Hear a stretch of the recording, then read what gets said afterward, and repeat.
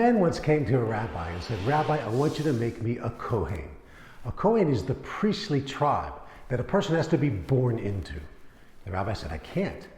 The man said, "Rabbi, I'll donate $10,000. The rabbi said, "I can't just take anyone and make him a Kohen." $50,000. The rabbi said, "I'd love to help you, but it doesn't work that way." The man said, $100,000. The rabbi took a deep breath and said, "Okay, I'll pronounce you a Kohen."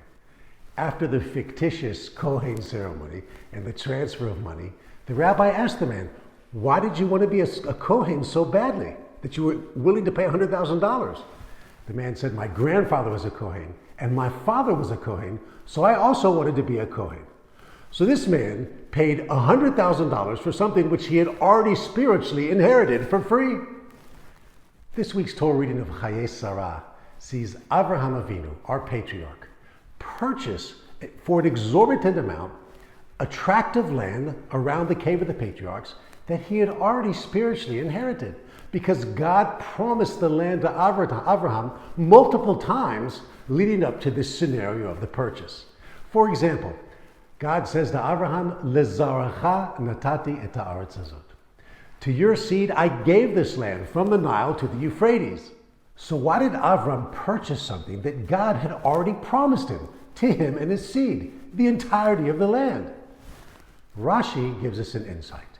He says that when Avram came to the town to negotiate, he turned to the townfolk and said, "Ger v'toshav anochi imachem, tnu li achuzat kever."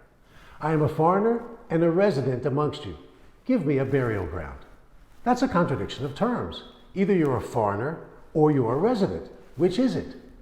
Rashi quotes a first century source, a first century Jewish source called the Midrash, to resolve this contradiction.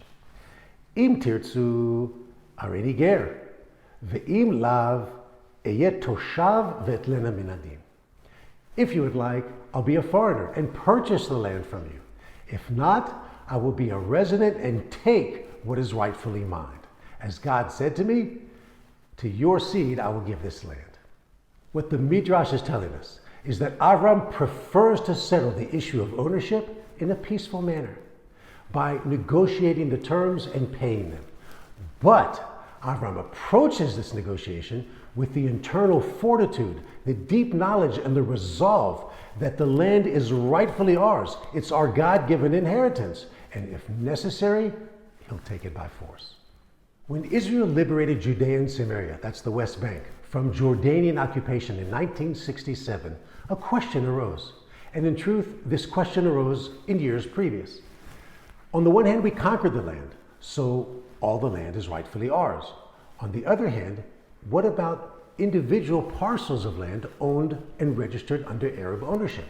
Should we confiscate those lands from the Arabs without regard to their registered ownership? Israel adopted the approach of Avraham.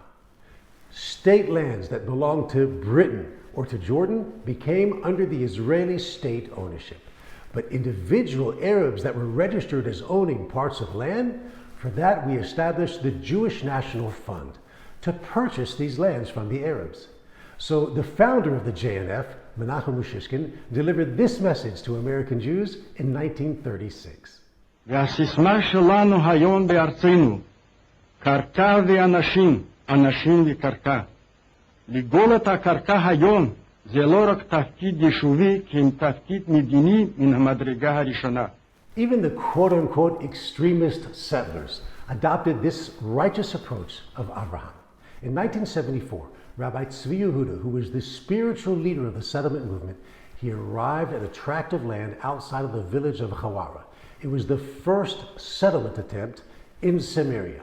When he arrived, he asked 3 times, "Is there a problem with this land?" referring to issues of individual Arab ownership. The leaders of the settlement movement, they assured him, "Rabbi, there's no problem." And again in 1980, after the Supreme Court ruling regarding Elon Moreh, Rabbi Tzvi Yehuda announced, "We will not encroach upon the lands of Ahmed and Mustafa," referring to lands that are owned by individual Arabs. I heard this today from Benny Katzover of Elon Moreh, who was an eyewitness to both of these statements by Rabbi Tzvi Yehuda. Rabbi Tzvi Yehuda's father of Avram Yitzchak Cohen Cook, He writes in his book, Ma'amarei Ariyah, on page 252, that there's, so to speak, a divine land registry. And our ownership of the land of Israel is etched in stone there for eternity. Nothing on earth can change that, writes Rabbi Cook. Yet, when we come to take ownership of the land, we prefer to do so through purchasing and construction. Because Am Yisrael, the Jewish people, is a goy tzaddik, a righteous nation. In our time too, there's two great men leading this endeavor to purchase and build the disputed territories of Samaria, the Shomron. That's Ketzala and Zambish. In the United States and around the world, many people get involved and become a part of the legacy of Avraham Avinu by donating financial aid to this endeavor. You too can become a part of this and continue the legacy of Avraham as well by donating at the website below, IsraelEmpowered.com. It's an unfolding story and everyone is invited to be a part of it. Shabbat Shalom from Beit El.